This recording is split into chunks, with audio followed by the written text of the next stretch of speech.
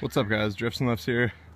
So what you're looking at right here is the new addition to my Volvo drift collection, which it's actually not too big right now. I only have two cars, this Wagon and my 940, because if you watch the videos of the NA beater Volvo, it broke down on me and I had to scrap it. It was the only option. I live in a townhouse complex and I don't have much room. I only have room for two cars. And I could not get the fucking thing running. I think the fuel pump blew on it. I tried a bunch of other stuff, but basically this Wagon came up and I figured I'd do a little swapperoonie because this is a manual turbocharged Wagon, which is really fucking hard to find.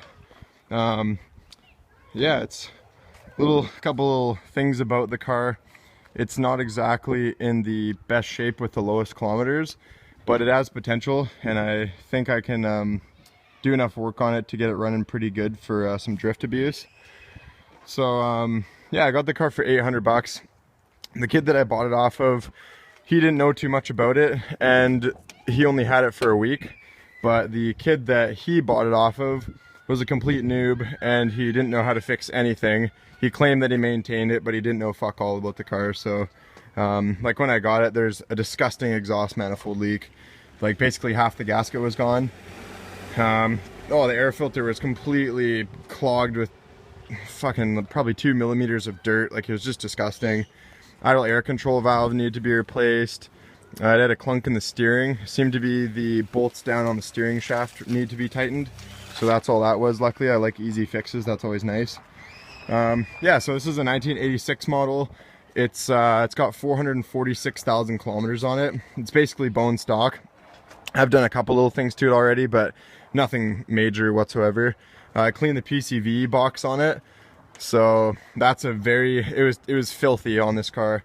And if you guys know your Volvos, specifically 740s, cleaning the PCV box is a must as soon as you get one of these cars, because a lot of the times, you know, people do not clean them just because they're pretty difficult to get at. They're under the intake, under the third intake runner.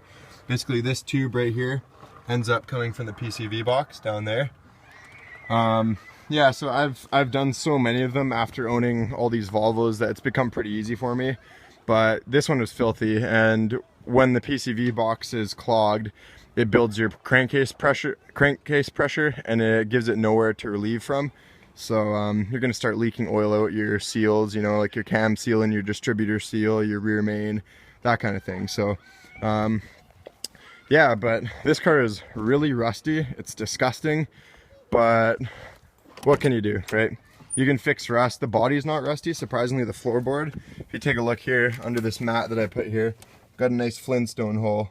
So if you want to be like Fred Flintstone, buy this car. So you can call me Fred now. Yeah, so I gutted it already. The Wagons you can remove a lot of weight from. I got, you know, a couple plans for this car. I'm gonna do the same thing that I always do with all my cars, the basic mods, like cut the springs. I have an extra set of modified knuckles to get more steering angle for this car. I might put a bigger turbo in it, but you know, it's just gonna be my winter daily, so I think I might just leave it stock turbo for ease of operation. It's not gonna make as much power, but it's gonna be raining all the time, so I don't really give a fuck. This car isn't gonna be what the 940 is with, you know, bigger injectors and turbo and all that stuff. It's gonna be more of like a simple build. It's gonna look cool, put some dope wheels on it and slam it, and yeah, that's basically the plan. So what's another thing? Yeah, actually this car came with a Mitsubishi turbo, and on almost every single 86 model that I've seen, they came with a Garrett turbo. So which leads me to believe that this car had its turbo replaced at one time, but if I look at it, it doesn't look like it was replaced with a brand new turbo. It looks like it was probably just one from a junkyard or whatever. But that's better than nothing, because after 446,000 kilometers, that old Garrett that would have been on here would be absolutely fucking destroyed. Shaft play, grinding on the compressor housing, blah, blah, blah. So yeah, I put my turbo grill on here. These grills only came on the 85 models as far as I'm concerned. It has the cool little turbo emblem on it. So what else can I tell you about this car? That's basically it. It got a brand new clutch. Well, so the guy said. I think it actually has a brand new clutch though, because it feels really grippy. and it doesn't slip whatsoever. So yeah, it came straight piped for the most part. But here's a funny story. Check this out, guys. It was straight piped, but the muffler fell off, and basically the exhaust was pointing up at the body of the car. On my way home, I had to drive like 3 hours to get this car. On my way home, I was smelling some burning sensation going on, and that would be the burning sensation, because the exhaust is getting so hot from pumping hot ass exhaust fumes right up at the body that it probably ignited whatever was under all the shit in this car, right? So it's kind of sketchy. I was kind of concerned about that, but what can you do? So that's basically it. It's M46 manual, it's turbo, it's a wagon. It's going to be a good candidate for a drifts and lifts rig.